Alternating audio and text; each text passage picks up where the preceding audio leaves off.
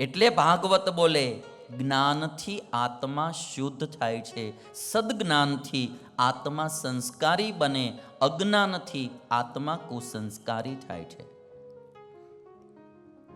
અને પછી આ બાજુ જે કન્યા જન્મેલી નંદ બાબાને ત્યાં એ લઈ અને વસુદેવજી પાછા મથુરા આવ્યા છે, જેલમાં આવ્યા છે.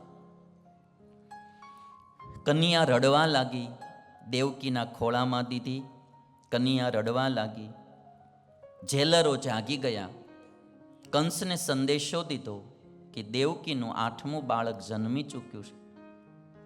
કંસ ધુઆ ફુઆ થતો આવ્યો છે. આખી રાત ઊંઘ નહોતી આવી. મોતનો ભય હતો. વાળ વિખરાયેલા. લથડિયા ખાતો ખાતો કંસ જેલમાં આવ્યો. દેવકી પાસેથી બાળકીને લેવા જાય. દેવકી એટલું કહ્યું કે ભાઈ, તે મારા 6 દીકરાઓને મારી નાખ્યા. આ એક દીકરીને તો જીવતી જવા દે. આને તું જીવતી રાખીશ ને તો હું તારા દીકરા સાથે મારી દીકરીના વિવાહ કરીશ. પણ દેવકીને પોતાનું બાળ દેખાતું હતું અને કંસને પોતાનો કાળ દેખાતો હતો. પગ પકડીને કન્યાને આંચકી લીધી.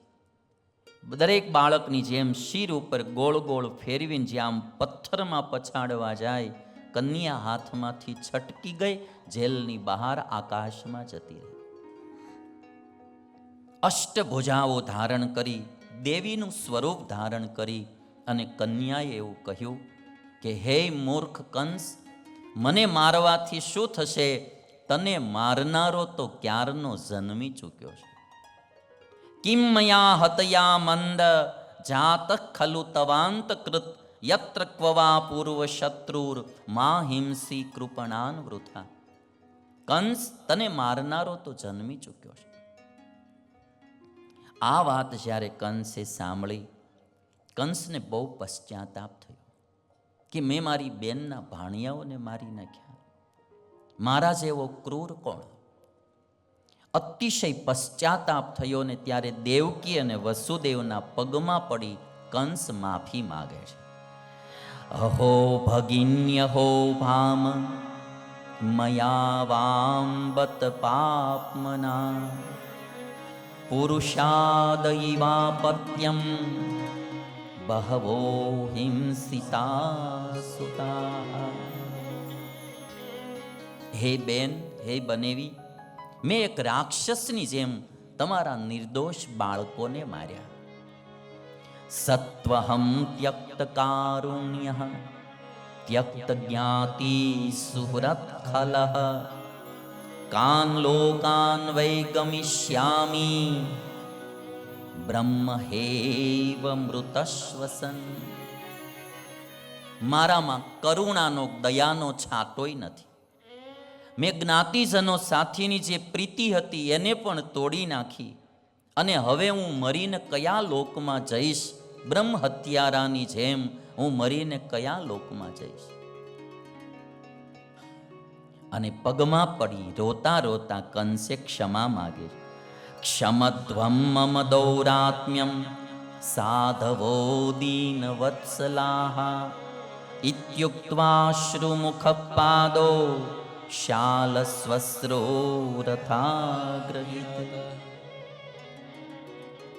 મારી દુર્જનતાને તમે માફ કરો.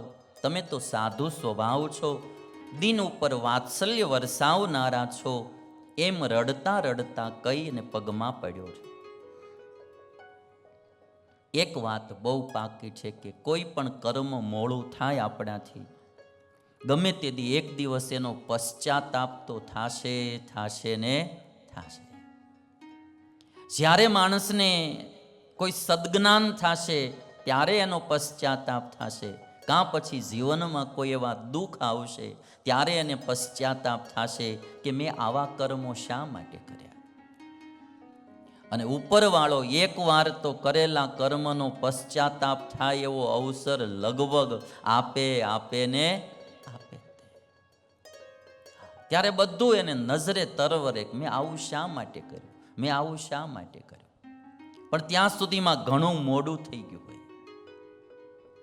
અરે બહુ સરસ પ્રસંગ આમ રમૂજમાં કહેવાય, પણ સમજવા જેવો કે અંતકાળ આવે ને ત્યારે આમ બધું દેખાય. જે ખોટા કર્મો, વૃદ્ધાવસ્થા હોય, રોગ બહુ હોય, કોઈ હાચવતું હોય નહીં, એમાંય લાંબી માંદગી આવી હોય, ઘરના માણસોય કંટાળ્યા હોય, કોઈ પાસે આવતું ન હોય, કોઈ બોલાવતું ન હોય, ત્યારે પછી એને આખી જિંદગીના બધા જ કર્તવ્યો એને નજરે તરવરે. મેં આવું શા માટે કર્યું, મેં આવું શા માટે કર્યું. બહેનો હોય તો એને દેખાય ને ભાઈઓ હોય તો એને દેખાય, બધાને દેખાય. ભાઈઓ હોય તો એને એમ થાય કે મેં આ હીરામાં બદલો હુકરવા માર્યો. એવા હારા ધોળા હીરા હતા, એને પીળિયા કરીને કમળો હુકરવા લગાડ્યો મેં. એને એ થાય. બેનું હશે તેને એમ થાય કે મેં આ ખોટા રીંગણા હુકરવા ચોર્યા. શાકવાળાનું ધ્યાન નહોતું, ના કોથમરીની પૂણી હુકરવા લઈ લીધી. જે કર્યું હોય નજરે તો આવે જ. એટલે 3-4 જુવાનિયા ભેગા થઈને વાતો કરતા હતા કે લાખો રૂપિયાના ખર્ચે ગુજરાતી પિક્ચર ઉતરે અને આમ તમે જોવો ને 3 કલાકમાં બતાવી દે. એક જુવાનીઓ કે એમાં શું, કરોડો રૂપિયાના ખર્ચે હિન્દી પિક્ચર ઉતરે ને 2.5 કલાકમાં બતાવી દે. એક જુવાનીઓ કે એમાં શું, અબજો રૂપિયાના ખર્ચે ઇંગ્લિશ પિક્ચર ઉતરે ને 2 કલાકમાં બતાવી દે.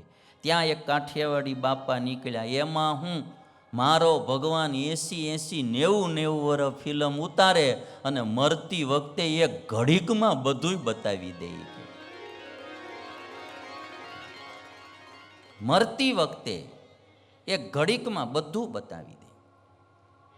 એટલે પશ્ચાતાપ તો જરૂર થાય ને થાય જ. કંસ જેવા કંસને પશ્ચાતાપ થયો છે. દેવકી અને વસુદેવે માફી આપી દીધી. ભાઈ, જે થવાનું હતું તે થયું, તું તમ તારે શાંતિથી ઘરે જા. કંસ ઘરે આવ્યો છે. બીજે દિવસે સવારે એનો દરબાર ભરાણો, બધા દીવાનો મંત્રીઓ હાજર થયા. ગઈ રાત્રે જે ઘટના ઘટી હતી બધી કંસે સંભળાવી. એટલે મંત્રીઓ જે બધા હતા એણે એમ કહ્યું કે મહારાજ, જો તમને મારનારો જન્મી ચૂક્યો હોય તો તમે મૂંઝાઓમાં. 10 દિવસની અંદર ગોકુળ, મથુરા, વૃંદાવનમાં જેટલા છોકરા જન્મા હશે વીણીને અમે બધાને મારી નાખશું. બસ તમે આજ્ઞા દઈ દો, ચિંતા ન કરો. અને વળી પાછો આ કંસ એ પાપને માર્ગે ચડી ગયો. એટલે પીએ પણ બહુ હારા રાખવા, મિત્રો પણ સારા રાખવા. ઘણી વાર આપણને પાછું વળવાનું મન થાય પણ આવડા વળવા ન દે. કંસના મંત્રી મંડળે વળી પાછી સલાહ દીધી, તમે લાગી જાઓ.